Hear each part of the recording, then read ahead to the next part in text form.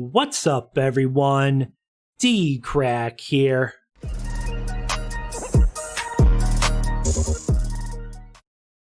So I'm about to check out a brand new Mr. Nightmare video. I think it came out a couple days ago, somewhere around there. Mr. Nightmare, 3 Scary True Mansion horror stories. Like always, I'll have a link to the original video down below. If you're new to my channel, make sure and subscribe, click the bell so you don't miss any future reactions. Also, if you want to join my Discord, I'll have that down below. I recently created a Discord, so if you want to join that server, just have a bunch of my subscribers, and it's just a place where we can hang out and chill there. So you join my Discord.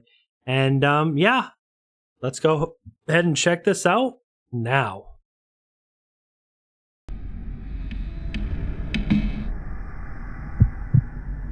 Story 1. There's this abandoned mansion in Toronto that came up in a group chat among my friends. We saw pictures of it through a mutual friend who had recently gone to explore there. It looked immaculate based on the pictures, and we were intrigued to go check it out. It was 10 miles north from us, so the drive wasn't bad.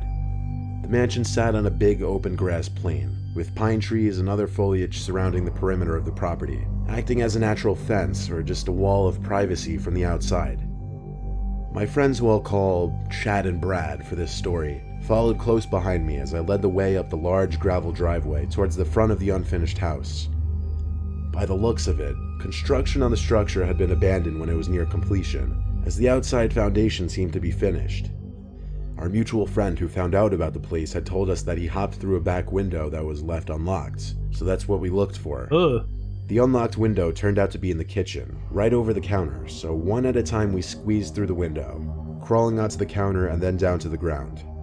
First impressions in the kitchen, almost immaculate, minus a few of the cabinet doors sprawled out on the floor as I wonder if this is installed, and just things like. Wonder if this is actual footage or if this is just random footage of a house. I don't know. Sheetrock boards laying around, but everything seemed new, and it was a shame the construction was abandoned.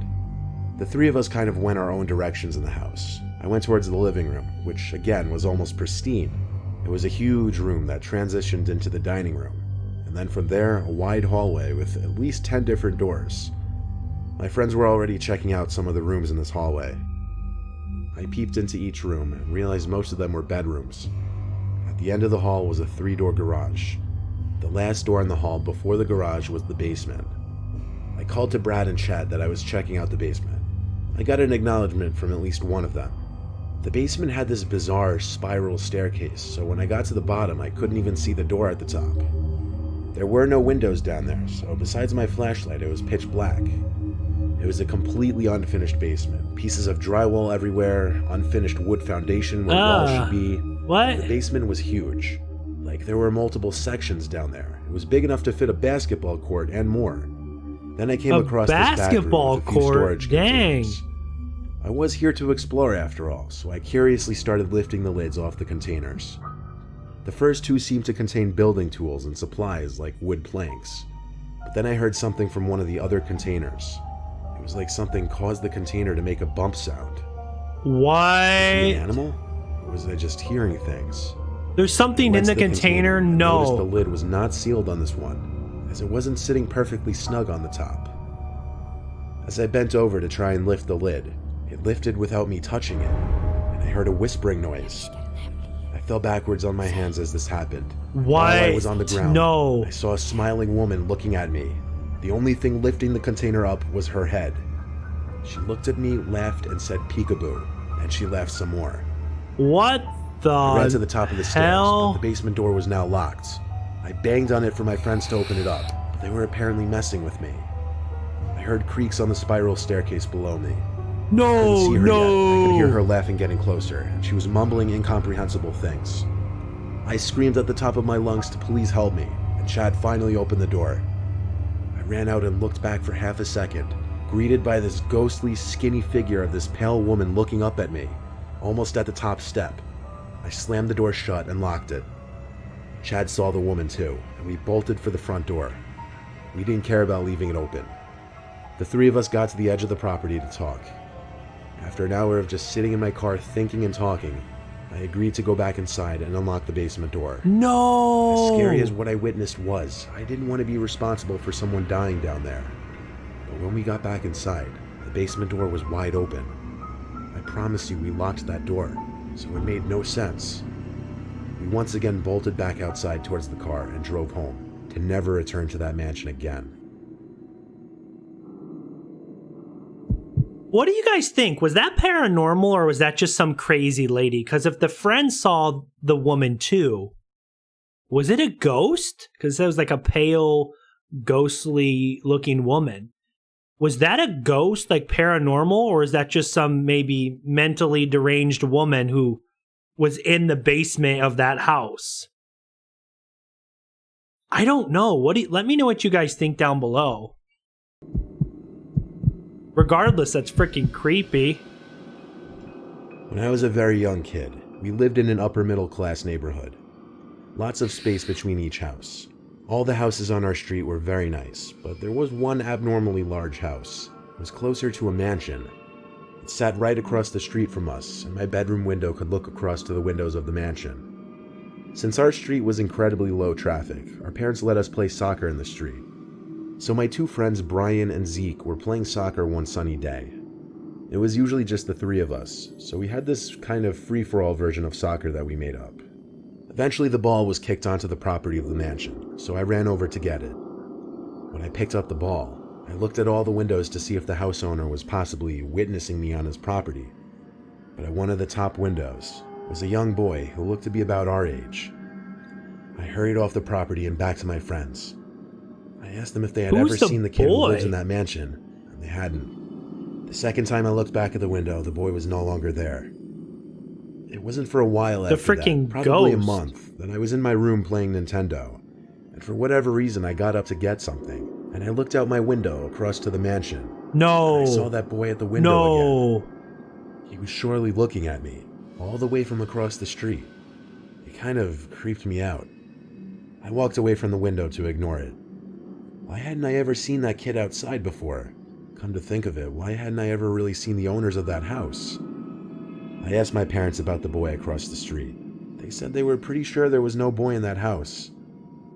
So the next time Brian, Zeke, and I were playing in the street, that's freaking we were thinking creepy. Of potential fourth players to have a real game. I had an idea. I ran to the front door of that mansion and rang the bell. A 50-something-year-old woman answered. I asked if her son wanted to play soccer with us. She looked at me puzzled and said, "What son?" I replied, "The boy who was always at the upstairs window." I can't describe the look on her face besides shock and fear. Oh. She asked me what the boy looked like, and after my best description, a tear rolled down her cheek, and she put her hands— I wonder if this lady, this 50-some-year-old woman had a child, a young boy who passed away years ago, and it's her son. —over her mouth. She brought me upstairs to the room where I kept seeing the boy. Yeah. It was a boy's bedroom. Oh my God. She showed me a picture of a kid and asked me if this was the boy I was seeing, and I said yes. She told me that was her 8-year-old son Charlie, who died 10 years ago. That woman living there had been alone ever since she lost her son and husband. She believed what I said because I nor my parents would have ever had any way of knowing about her son. She didn't tell me or my parents what happened to her husband or son. As sad as this all was, it was still horrifying. There was one other time I saw the boy. I was in my room, months later, and I looked out my window to the woman's mansion across the street. There he was again, at the upstairs window. I could tell he was looking at me. I shut my blind with force and tried to forget about it. It still sends shivers up my spine when I think back on it. I was just going to say the same thing. I got shivers from that as well. That's creepy. I mean, I feel bad. Her poor little 8-year-old son who passed away. It's sad, but it's creepy at the same time. Yo. I was once hired to house sit for a friend of a family friend who was going away for a week. In this case, I should call it mansion sit because the family was absolutely loaded, and the mansion sat on the rich side of town in front of a huge lake. I was 21, and it just seemed like a cool job to have for a week. The family's one rule was to throw no parties and no more than 2 guests at any time, which even that I thought was generous of them. The father's name was Benjamin, and that's the only name you'll need to know. Ben left me a list of things to keep track of every night, which included feeding the 2 cats and 2 parrots, watering the plants, among other things that really won't contribute to the story. The house was a half hour from home, so instead of just driving there and back every day, I opted to just sleep in one of the guest bedrooms, which they offered to me after all. The first day there, I got there very late, so it was a short one that got me kind of warmed up for what to expect the week ahead of me. After doing the insignificant amount of morning chores, I hopped in the pool they had in the backyard. The pool literally overlooked a gorgeous, tranquil lake, and even with the thought of getting to enjoy this unbelievable house for a week... Can you imagine having money like that? That's crazy. I was still incredibly jealous. As I was in the pool, yeah, I dang. noticed through the giant floor-to-ceiling windows to the living room, somebody walking inside. I jumped out from the pool freaking out. What? I ran to grab the towel and dry myself for a second before storming inside yelling, "Excuse me."